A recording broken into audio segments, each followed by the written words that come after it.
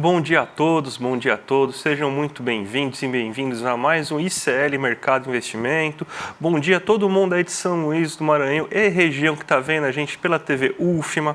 Hoje eu aqui em carreira solo, a Débora curtindo as suas merecidas férias aí durante essa semana, mas a gente tem muita coisa para falar aí durante o programa de hoje, que o mercado está azedo com a economia brasileira. Campos Neto parece que conseguiu justamente tudo aquilo que ele queria. Isso aí se reflete tanto no fim de semana, com um monte de notícias negativas que a gente teve aí em relação ao mercado, a ameaças, até correlações espúrias, vamos dizer assim, né? Em relação à economia brasileira, quanto também está refletindo no boletim, no relatório Focus. A gente vai tratar com bastante detalhe tudo isso hoje, né? Mas já vamos começar então, né, pelo nosso giro de mercado, que a gente tem aquela notícia de todo santo dia que a gente sugere para vocês aí para lerem, né? Que é justamente a notícia que está falando aí sobre o que você deve esperar, o que você pode acontecer essa semana, o que a gente está aqui no nosso radar, né? E a gente já tem aqui que pelo menos assim, o fim de semana passado terminou de uma maneira onde um pouco mais alívio para os mercados, depois da divulgação dos dados dos Estados Unidos, lá, o PPI, né, que é o índice de preços ao produtor, ele veio abaixo do esperado. Isso aí fez com que os mercados tivessem um pouco aquele alívio lá, que é aquele sempre eterno dia da marmota, né?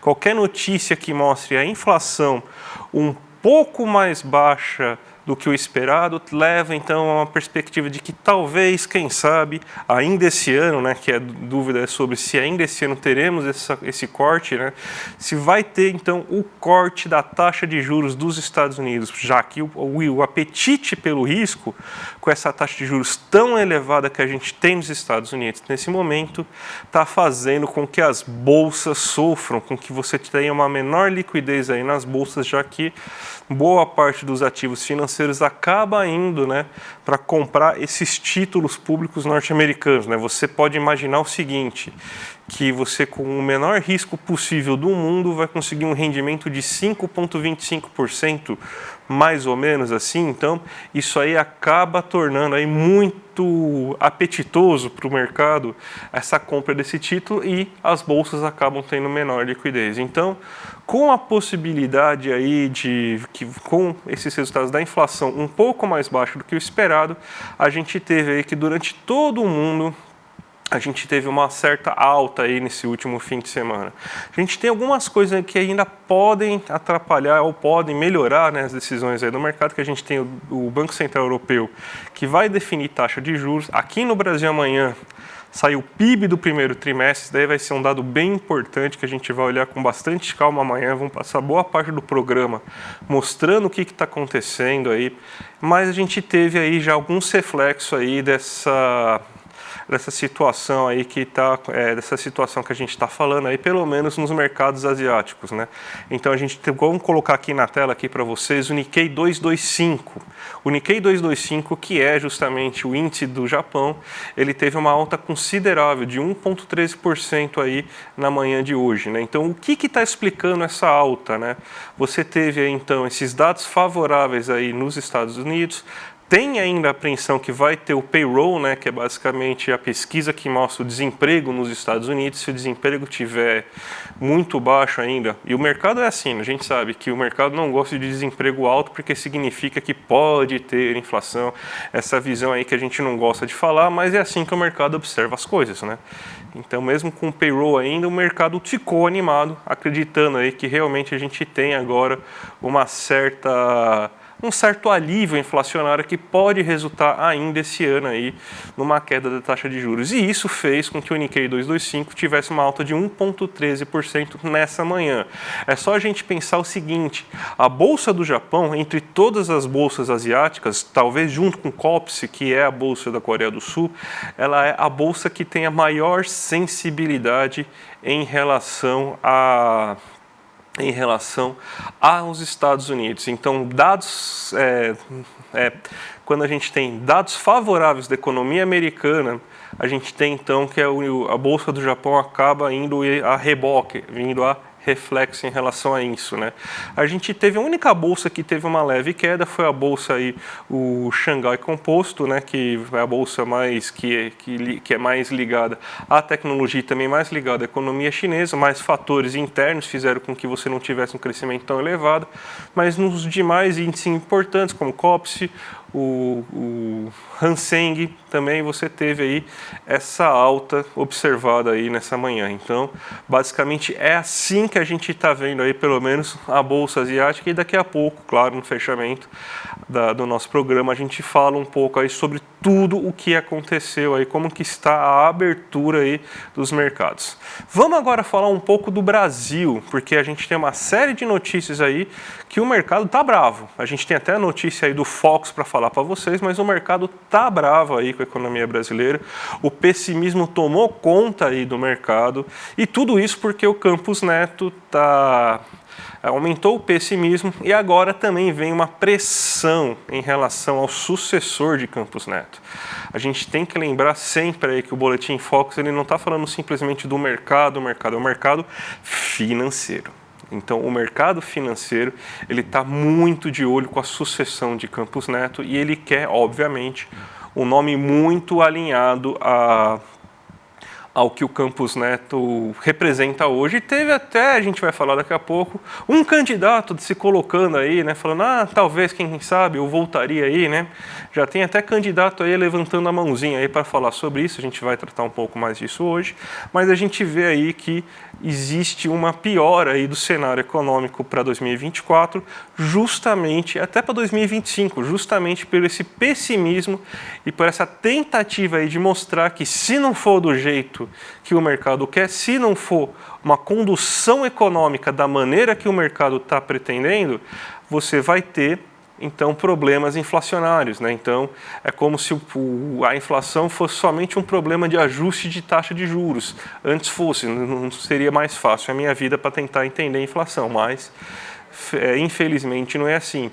Tanto que a gente tem agora novas projeções de mercado, e o que mais chama atenção é o novo aumento da taxa Selic para o final desse ano. A gente tem aqui, inclusive, a arte que a gente preparou para mostrar para vocês aí como que está a projeção no mercado. Você teve um novo aumento, por exemplo, do IPCA. É o quarto aumento seguido. Teve alguma coisa? Não. Inclusive, o IPCA 15 veio abaixo do esperado. Sim, teve a tragédia no Rio Grande do Sul, mas cada vez mais a gente consegue observar que os impactos inflacionários não serão tão grandes quanto que era imaginado, principalmente pela questão do arroz. O arroz a gente já tem, inclusive, perspectiva de importação, deve ser feitos leilões aí para importar arroz aí nesse momento. Então você tem aí que não deve ter um impacto tão grande, mas o impacto estaria vindo do excesso de gastos que o governo está realizando, o chamado risco fiscal, o primo do fantasma do comunismo. Então você teve a fala do Campos Neto há um mês falando, estou prevendo, estou sentindo uma piora no cenário inflacionário do segundo semestre. Isso aí bastou para que o mercado azedasse e começasse a aumentar a sua projeção. Então, já é a quarta semana seguida que você tem aumento da projeção do IPCA para esse ano, e novamente temos aumento da projeção do IPCA para o ano que vem, dentro da meta ainda, mas um novo aumento aí de projeção, que significa aí que o mercado está falando, não confio em quem vai entrar no lugar de Campos Neto para controlar a inflação. É esse o recado aí que o mercado está dando aí, já tentando aí colocar aí um de seus preferidos aí, que atue da mesma maneira que Campos Neto sobre a taxa Selic aqui no Brasil. Você tem aí que o PIB e o câmbio não tiveram mudanças, ainda temos uma perspectiva de 2,05 para o PIB desse ano e de 2 para o próximo. O câmbio continua a mesma coisa. O que pode mudar para a semana que vem é que amanhã a gente tem a divulgação do PIB do primeiro trimestre. Você tem aí o governo falando em 0,7, alguns economistas falando em crescimento de 1% aí nesse primeiro trimestre. Então, se for 1% acima, inclusive, das projeções de governo, então é importante a gente observar aí para a gente saber aí como que vai caminhar o PIB aí desse ano. Então, isso aí sim pode mudar a perspectiva do relatório Focus para a próxima semana. Mas o grande problema está justamente aqui na Selic. A gente teve um novo aumento, a Selic estava em 10% aí no final no último relatório, agora está em 10,25%. O que significa isso de fato? A gente tem então a Selic hoje a 10,5%. Significa que somente um corte seria possível durante esse ano. E do jeito que o mercado está caminhando, ele está validando a visão que o Campos Neto está querendo colocar, que não é possível mais realizar cortes da Selic durante esse ano. Então a gente terminaria a Selic com 10,5%, no máximo 10,25%. Talvez um corte no último trimestre, no último reunião, depois das decisões de política monetária dos Estados Unidos. E para o próximo ano a gente já tem aqui um mercado que metade acreditando numa Selic de 9% ao final do ano, ou seja, uma queda em relação ao que a gente tem agora de 1,5 pontos percentuais, mas tem gente já acreditando que vai ter, então, uma Selic a 9,25. Por isso que está essa divisão de 0,18. Então, o mercado está dividido agora. E a gente sabe que quando tem essa divisão, a tendência é que comece a subir também para o próximo ano. Então, até para o próximo ano, o mercado está aceitando uma Selic um pouco menor aí, um pouco maior aí do que estava sendo previsto. Então, a gente tem dois fatores aqui, Campos Neto azedando as perspectivas de mercado e o mercado tentando colocar aí o seu nome preferido em relação ao presidente do Banco Central. E o mercado, esse fim de semana, via os grandes jornais, via as grandes mídias, atuou assim decisivamente aí, tentando aí colocar um monte de situações aí, até esdrúxulas em relação ao governo Lula. Vou até beber uma água, a gente vai falar já disso agora. Então, vocês vão ver aí a partir do próximo momento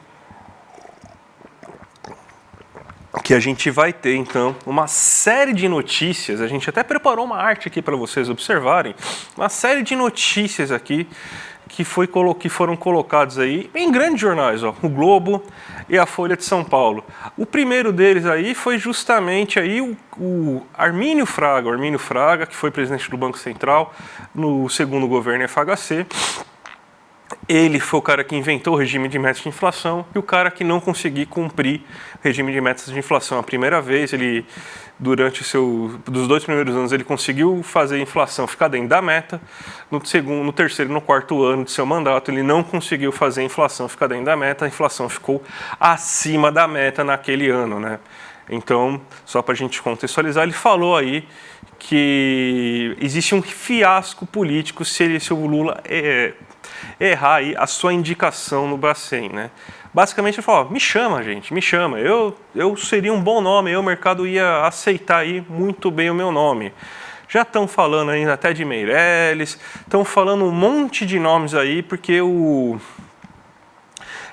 está sendo muito colocado em jogo esse futuro presidente do Bacen e cada vez mais aí o mercado está tentando aí forçar um nome diferente. Eles não gostam do nome do Galípolo, mesmo o Galípolo sendo um cara estudioso, sendo um cara que entende muito de política monetária, sendo um cara, inclusive, aí, que foi presidente de banco por alguns anos, aí, mas não é o nome que o mercado quer, porque ele escreveu já artigos e livros com Beluso, ele é um pouco mais heterodoxo, ele é um pouco mais do nosso lado, então o mercado não quer uma pessoa como essa para comandar o Banco Central. Então, essa é a primeira das notícias aí, da série de ataques aí que a gente tem aí.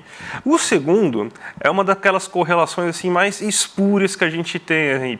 Para você entender o que é uma correlação espúria, existe um site na internet que você vê algumas delas, assim, são coisas que elas basicamente, elas são correlacionadas, mas elas não se explicam. Por exemplo, você sabia que toda vez que o Nicolas Cage faz um filme pilotando um helicóptero, o número de crianças afogadas nos Estados Unidos aumenta? Isso é uma relação espúria. E o que o nosso querido aí, o Globo, está fazendo é falando que o desemprego só caiu durante o governo Lula por causa da reforma trabalhista. Eu adoro isso porque assim, é a maior causa de efeito causa e efeito, né, que existe, porque o governo Lula 1 e 2 só funcionou pelas reformas do governo FHC. Depois, você tinha herança maldita do governo Lula 1 e 2 e da Dilma, que não conseguiu, o governo Temer, o governo Bolsonaro não conseguia resolver. Agora, tudo que dá certo no governo Lula é por causa da herança bendita, das coisas que foram feitas aí anteriormente. Então, é basicamente isso que está sendo feito aí agora nesse momento, que é justamente o quê? Você ter esse editorial falando que as condições, né, os custos de trabalho reduziram, e é por causa disso que você tem aí essa melhora aí no desemprego. Não é porque a economia está indo melhor, não é porque as pessoas estão com mais renda, não é porque a demanda está maior, não é porque o governo está gastando mais, e quando o governo gasta mais, ele gera mais investimentos, ele gera mais renda, ele gera mais emprego. Não, não é nada disso. É porque o governo Temer fez a reforma trabalhista. Então esse aí é o segundo. A fim de semana aí foi repleta aí de besteiras. E o último aí que foi a besteira, a mora aí que a gente pode colocar, que é essa aí da gastança de Lula dar mais ganhos a rentistas. Eu juro aí que essa aí eu fiquei até preocupado. Falei, meu Deus, como? Eu fui ler assim para tentar entender o argumento, a lógica do cara, assim. Até o cara até faz assim alguma lógica, falando, é porque o gasto do Lula obriga com que o Banco Central atue com mais veemência, isso aumenta a taxa de juros, isso aí dá mais dinheiro para o rentismo brasileiro. Gente, mas a matéria e o título dá a entender que é tudo o mesmo balaio, que o governo gasta, isso aí está sendo gasto aí, isso aí acaba dando dinheiro. Espera aí, vou tomar uma água de novo.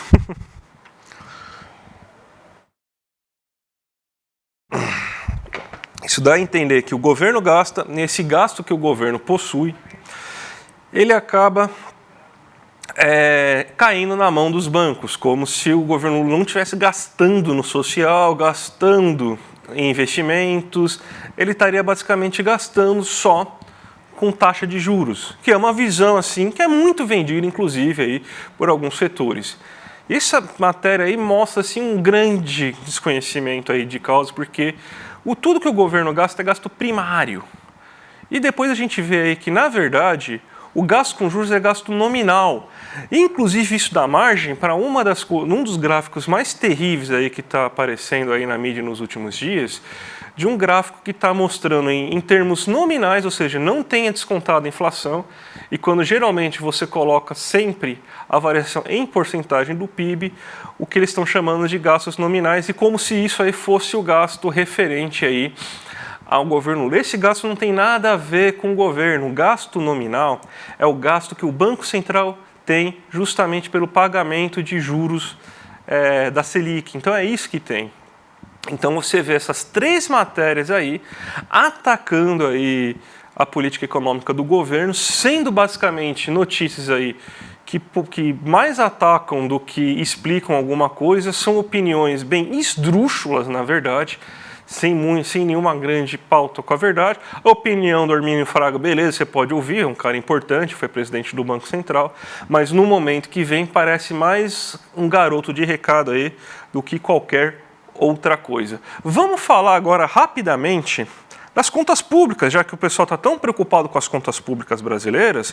A gente teve aí a divulgação aí, né, durante essa semana, que a gente não teve programa, né, o resultado mensal aí, e você teve um superávit de 6,7 bilhões em abril. É o terceiro mês consecutivo que o governo tem superávit mensal. E no ano a gente tem um superávit acumulado. A gente vai ver, inclusive, aqui no gráfico que eu montei para vocês, como que está a situação. Ó. No mês a gente tem aí um superávit de 6,68 bilhões. No ano, ou seja, entre janeiro e abril, um superávit de 61,32 bilhões, equivalente a 1,65% do PIB. Só que no acumulado em 12 meses a gente tem um déficit de 2,4% do PIB, referente a 266,5 bilhões. Da onde que está saindo majoritariamente esse problema aí do resultado primário em 12 meses? Justamente do final do ano passado, quando foram pagos os precatórios. Então, a gente está tendo resultados fiscais robustos, inclusive. Para mim, eu não ligo muito para isso, que eu já expliquei aqui, que para mim o que importa você fazer gasto para você conseguir girar a economia é o mais importante, daí não gera inflação, não gera grandes problemas, mas o povo é muito preocupado com isso, né? Já que o povo é tão preocupado com essa situação, a gente está vendo aí que a situação fiscal do Brasil, que está sendo mostrada aí como grande problemática, pouco tem de problemática. A gente está tendo aí resultados acumulados em 12 meses bem consideráveis. Então você não acumulados no ano bem consideráveis. Em 12 meses ainda está problemático e tal, mas vamos ver aí até o final do ano, que a gente está tendo um bom resultado aí, terceiro mês consecutivo com superávit, um acumulado de 61 bilhões somente nesse ano.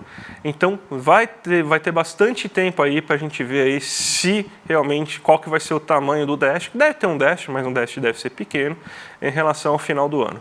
Vamos agora para o giro de mercado aí, a gente tinha algumas outras coisas para falar, mas pelo tempo acho que é melhor a gente já tratar aí do giro de mercado, para a gente ver aí como que terminou aqui, como que está a abertura aqui dos nossos mercados aqui. Vamos ver então como que eles estão, né? A gente está tendo aqui uma leve queda aí no Ibovespa, muito puxada por esse pessimismo que a gente teve aí com o relatório Focus. Mesmo assim, a gente está tendo, e você mostra que mesmo com a Nasdaq e o S&P subindo aí nesse momento, a gente não tem aí esse apoio aí que deveria acontecer. Então, mesmo com as bolsas de Nova York subindo bastante aí agora nesse momento, ela não está sendo suficiente para posicionar o mercado brasileiro, que está puxando de lá, que está andando muito de lado. Uma das razões para isso é o petróleo Brent, que está caindo 2,87% agora nesse momento. Então, essa queda do petróleo Brent não está fazendo com que a Petrobras consiga ser impulsionada da maneira que ela deveria nessa manhã. Isso faz com que o nosso mercado acabe andando de lado. A gente tem aqui o dólar também caindo, a gente está com uma taxa de câmbio de 5,23, aí subiu bastante aí nesse fim de semana, muito puxado aí por esse excesso de pessimismo, essas notícias que estão sendo colocadas, aí o mercado está realmente bem azedo aí com o mercado, mas a gente vê que na manhã essa queda aí também da taxa de câmbio é uma queda aí que está seguindo muito do cenário internacional, que o DXY, que é o dólar medido perante seus pares, ele está em 0,31, ou seja, essa queda da taxa de câmbio é uma queda aí puxada aí em todas as moedas, justamente por quê? Porque os títulos de longo prazo dos Estados Unidos estão caindo por causa das boas notícias que a gente teve no último final de semana em relação ao CPI. Então, se você teve então uma influência positiva desses dados na situação da